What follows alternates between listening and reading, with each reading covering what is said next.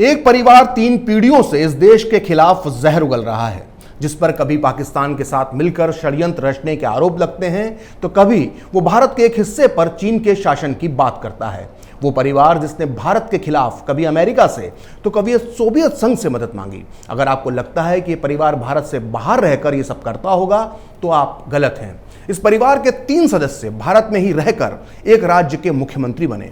इतना ही नहीं, इस परिवार के सदस्य सालों से सांसद हैं, जिनमें से 2 तो केंद्र सरकार में मंत्री भी रह चुके हैं। मैं बात कर रहा हूं कश्मीर के अब्दुल्ला परिवार की।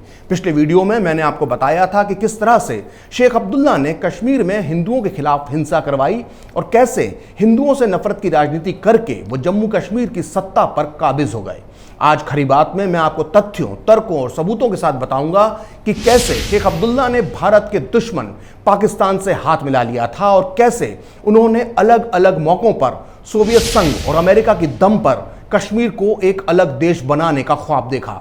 आज मैं आपको बताऊंगा कि कैसे देशद्रोह के केस में जब शेख अब्दुल्ला 11 साल तक जेल में बंद थे तो कैसे नेहरू ने उनके बेटे फारूक अब्दुल्ला की पढ़ाई का खर्चा उठाया। और साथ ही आज ये राज भी खुलेगा कि कैसे शेख अब्दुल्ला की दोस्ती में पड़कर नेहरू ने कश्मीरी पंडितों को कश्मीर छोड़ने की धमकी दी थी। तो बिना देर किए हम शुरुआत करते हैं उस खुफिया एजेंसी की रिपोर्ट से जिसकी काबिलियत पर पूरी दुनिया में कोई सवाल नहीं उठा सकता। मैं बात कर रहा हूं अमेरिकी खुफिया एजेंसी CIA की इस रिपोर्ट की, जो इस वक्त मेरे हाथ में है। इस रिपोर्ट के मुताबिक शेख अब्दुल्ला के बारे में ऐसी खबरें थीं कि आजादी के पहले उन्होंने कश्मीर में जो आंदोलन शुरू किया था वो सोवियत संघ के इशारे पर शुरू किया था, क्योंकि सोवियत संघ की नजर कश्मीर पर लगी हुई थी। आपको बता दूं कि अमेरिकी खुफिया एजेंसी CIA ने यह रिपोर्ट 1952 में अगस्त से सितंबर के बीच तैयार की थी, जिसे पूरे 50 साल बाद 2002 में CIA ने सार्वजनिक किया और यह रिपोर्ट CIA की वेबसाइट पर उपलब्ध है। आप भी इसे आसानी से देख सकते हैं।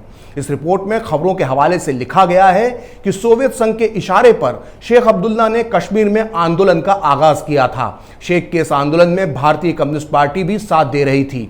भारत के राजनीतिक गलियारों में यह माना जाता है कि भारतीय कम्युनिस्ट पार्टी ने इसलिए कश्मीर का भारत में विलय का विरोध किया था क्योंकि कश्मीर की सीमा सोवियत संघ, चीन और तिब्बत से सटी हुई है।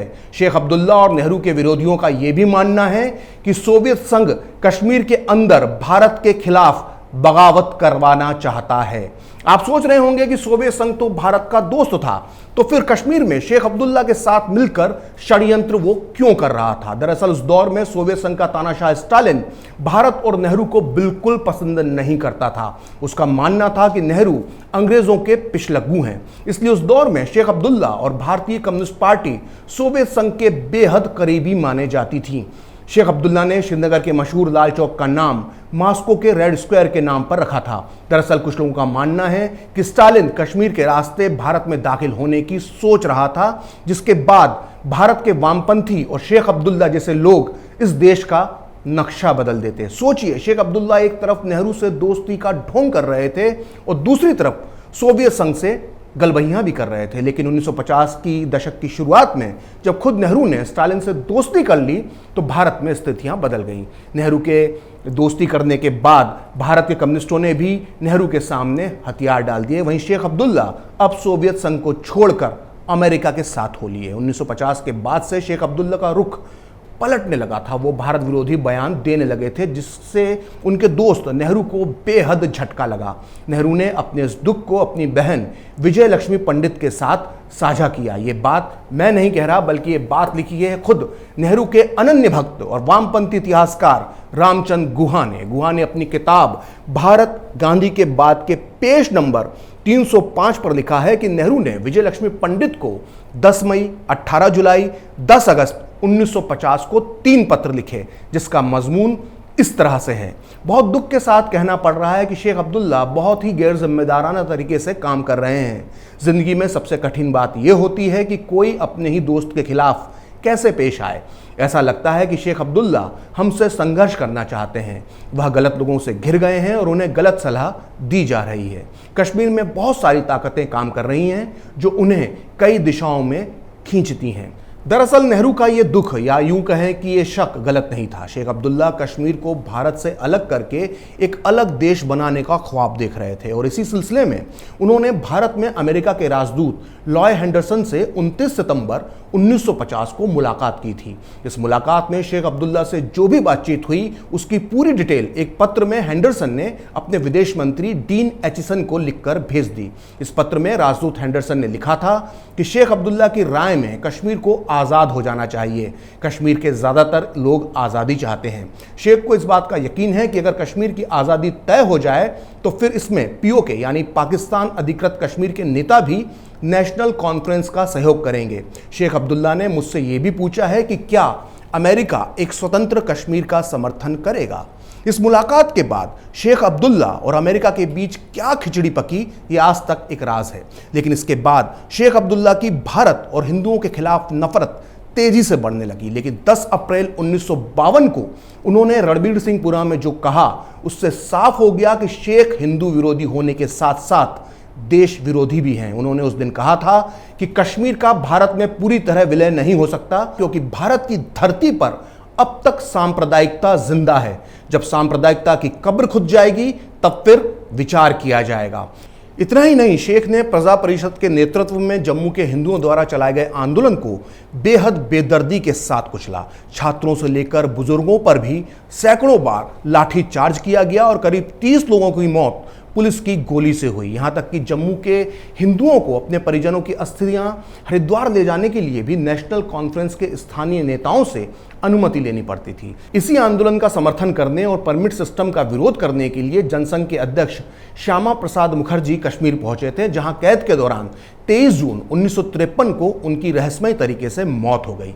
श्यामा प्रसाद मुखर्जी की मौत के पीछे भी शेख अब्दुल्ला का हाथ बताया जाता है। खैर, मैं इस बारे में कभी एक अलग से वीडियो बनाऊंगा। फिलहाल हम वापस लौटते हैं विषय पर। जब जम्मू में हालात बिगड़ने लगे तो नेहरू ने इंटेलिजेंस ब्यूरो यानी आईबी के तत्कालीन चीफ बीएन मलिक को शेख अब्दुल्ला के पास उन्हें समझाने के लिए भेजा। इस मुलाकात में क्या हुआ इसका जिक्र बीएन मलिक ने अपनी किताब माई ईयर्स विद नेहरू में किया है। मलिक ने लिखा है कि मैं शेख अब्दुल्ला की बातें सुनकर हैरान हो गया। वो पूरी तरह बदल गए थे। उन्होंने जम्मू के डोगराओं के खिलाफ हिंसक आरोप लगाए। उन्होंने आरएसएस और जनसंघ के बारे में भी अपमानजनक बातें कहीं। पूरी कोशिश करने के बाद भी मैं उनके अंदर मौजूद डोगराओं के प्रति नफरत को दूर नहीं कर सका। शेख अब्दुल्ला यही चाहते थे कि सारे डोगरा कश्मीर छोड़कर भारत चले जाएं और अपनी ज़मीन शेख अब्दुल्ला के लोगों के लिए छोड़ दें।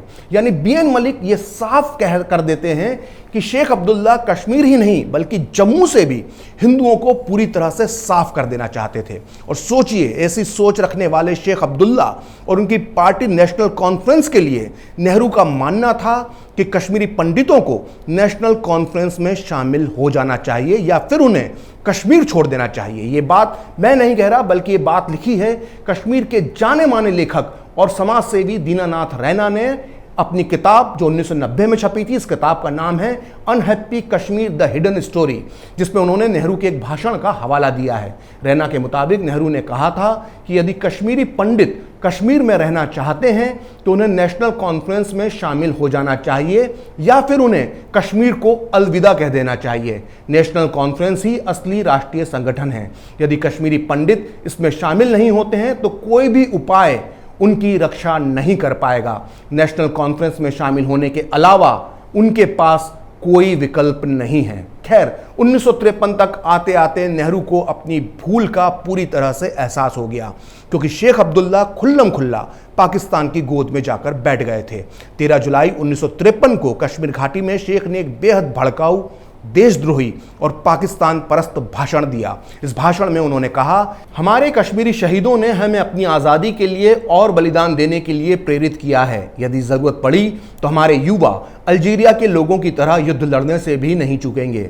मुझे इस बात का दुख है कि कश्मीर पाकिस्तान में नहीं मिल पाया क्योंकि मैं रास्ते में आ गया था। मुझे डर था कि पाकिस्तान मेरे साथ अच्छा व्यवहार नहीं करेगा, लेकिन मैं गलत था। अब मैं भारत की सरकार पर भरोसा नहीं करता। अब हमारे रास्ते अलग हैं। अब यह साफ हो चुका था कि शेख अब्दुल्ला पाकिस्तान के साथ हैं।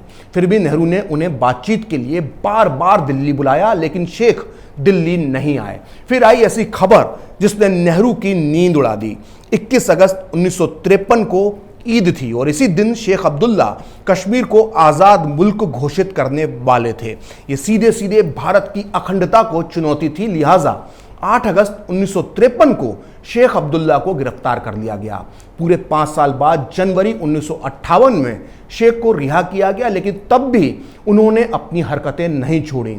उन्होंने एक बार फिर पाकिस्तान के साथ मिलकर षड्यंत्र रचना शुरू कर दिया, लिहाजा उन्हें एक बार फिर अप्रैल 1958 में गिरफ्तार कर लिया गया। इसके बाद उन पर अदालत में केस चला जिसे कश्मीर षड्यंत्र केस के नाम से जाना जाता है।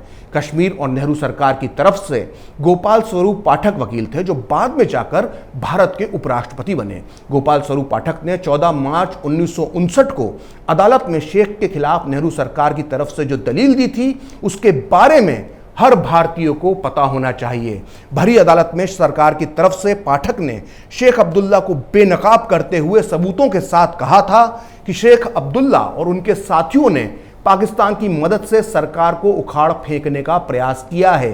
ये पाकिस्तान की मदद से राज्य का सफाया करना चाहते थे। ये राज्य में सांप्रदायिक दंगे करवाकर लोगों की जान और माल का नुकसान करवाना चाहते थे। इसके लिए शेख अब्दुल्ला की पत्नी अकबर जहां और उनके कुछ साथियों को पाकिस्तान से भारी रकम भेजी गई थी। पुलों, कारखानों, सैनिक प्रतिष्ठानों और धार्मिक स्थल उड़ाने के लिए आरोपियों ने पाकिस्तान से विस्फोटक प्राप्त किए थे। लोगों को पाकिस्तान में ट्रेनिंग दी गई थी जिससे वो यहां आकर तबाही मचा सकें। सोचिए, जिस तरह की हिंसा आज कश्मीर में आतंकवादी कर रहे हैं उसका प्लान 1950 के दशक में ही बन गया था। कश्मीर षड्यंत्र केस सामने आने के बाद जाहिर है नेहरू को शेख अब्दुल्ला से नफरत हो जानी चाहिए थी, क्योंकि शेख ने न केवल भारत से गद्दारी की थी बल्कि दोस्ती के नाम पर नेहरू को भी धोखा दिया था। लेकिन आपको यह जानकर आश्चर्य होगा कि देशद्रोह के आरोप में जेल में बंद शेख अब्दुल्ला के परिवार की नेहरू मदद कर रहे थे, और तो और उनके बेटे फारूक अब्दुल्ला की पढ़ाई का खर्चा भी उठा रहे थे, जो उस समय जयपुर मेडिकल कॉलेज के छात्र थे। इतना ही नहीं, जब नेहरू को यह पता चला कि फारूक अब्दुल्ला को उनके सहपाठी गद्दार का बेटा कहते हैं, तो इस देश के प्रधानमंत्री नेहरू ने गुस्से में आकर राजस्थान के उप मुख्यमंत्री टीकाराम पालीवाल को शिकायती पत्र लिख दिया। नेहरू के चेले और चमचों को मेरी बात अगर बुरी लग रही है तो मैं उन्हें बताना चाहता हूं कि यह बात मैं नहीं कह रहा, बल्कि इसे लिखा है नेहरू के परम प्रिय भक्त और वामपंथी इतिहासकार रामचंद्र गुहा ने अपनी इस किताब भारत गांधी के बाद में। इस किताब के पेज नंबर 433 पर आदरणीय गुहा लिखते हैं कि शेख अब्दुल्ला की गिरफ्तारी नेहरू के लिए आत्मिक दुख का कारण बनती गई। इस तकलीफ को कम करने के लिए नेहरू ने अपने मित्र यानी शेख अब्दुल्ला के बेटे फारूक अब्दुल्ला की पढ़ाई लिखाई का ध्यान रखना शुरू कर दिया। कुछ विवरणों के मुताबिक नेहरू ने इस पढ़ाई का खर्चा भी उठाया। जुलाई 1955 में फारूक अब्दुल्ला ने नेहरू से मुलाकात की और कहा कि मेरे कुछ सहपाठी मेरे पिता को गद्दार कहते हैं। नेहरू ने इसके बाद राजस्थान सरकार के एक मंत्री को पत्र लिखा कि चूंकि शेख अब्दुल्ला जेल में है, इसलिए मेरा खास दायित्व है कि मैं उनके बेटे और परिवार का ध्यान रखूं, फारूक के रहने की उचित व्यवस्था करें और उनके लिए कुछ अच्छे दोस्तों की तलाश करें ताकि फारूक हीन भावना के शिकार ना हो जाएं। नेहरू ने जो सोचा था वैसा कुछ नहीं हुआ। फारूक अब्दुल्ला किसी हीन भावना के शिकार तो नहीं हुए, लेकिन देश विरोधी भावना के शिकार जरूर हो गए। सोचिए, नेहरू अगर फारूक अब्दुल्ला की पढ़ाई का खर्चा उठाने और उनके लिए दोस्त ढूंढने की बजाय उन्हें जवानी में ही देशभक्ति का पाठ पढ़ा देते तो शायद आज बुढ़ापे में फारूक अब्दुल्ला इस देश के लिए नासूर नहीं बनते।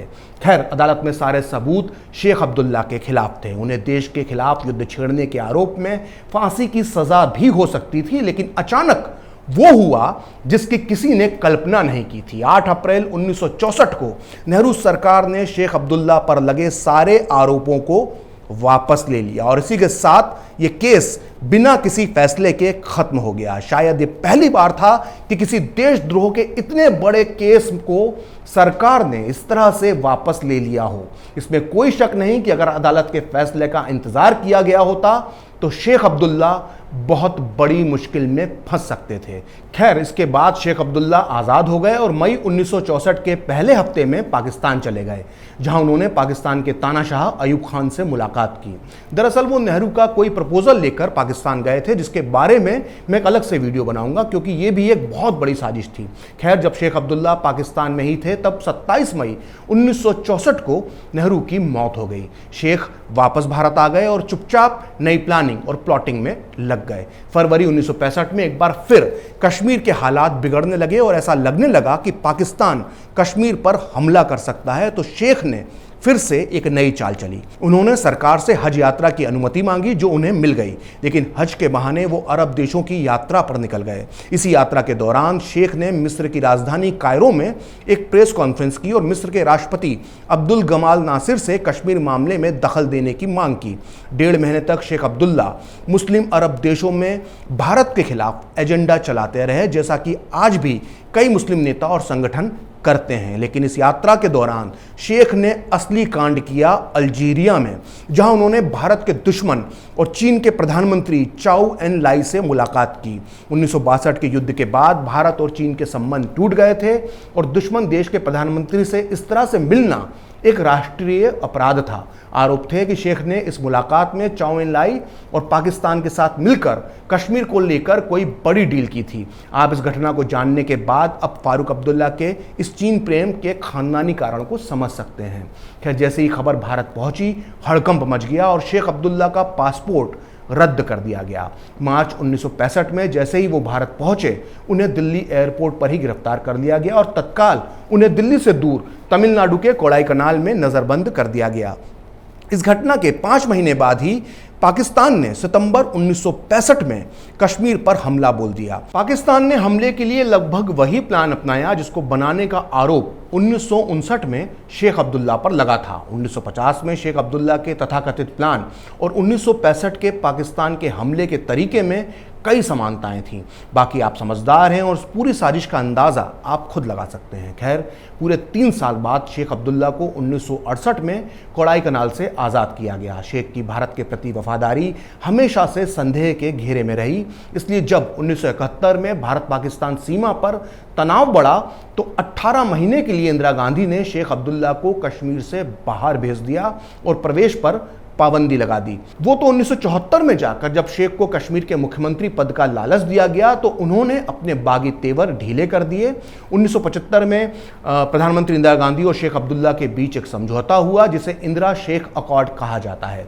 इस समझौते की बदौलत ही शेख अब्दुल्ला 25 फरवरी 1975 को कश्मीर के मुख्यमंत्री बने और इसके बाद से लेकर 370 हटने तक अब्दुल्ला परिवार की 3 पीढ़ियों ने पूरे 45 साल सिर्फ कश्मीर को लूटने का काम किया है। लेकिन अब एक बार फिर इनकी दुकान बंद हो गई है, तो इनका शेख अब्दुल्ला वाला गद्दारी का डीएनए सामने आने लगा है। फिलहाल खरी बात प्रखर के साथ में इतना ही।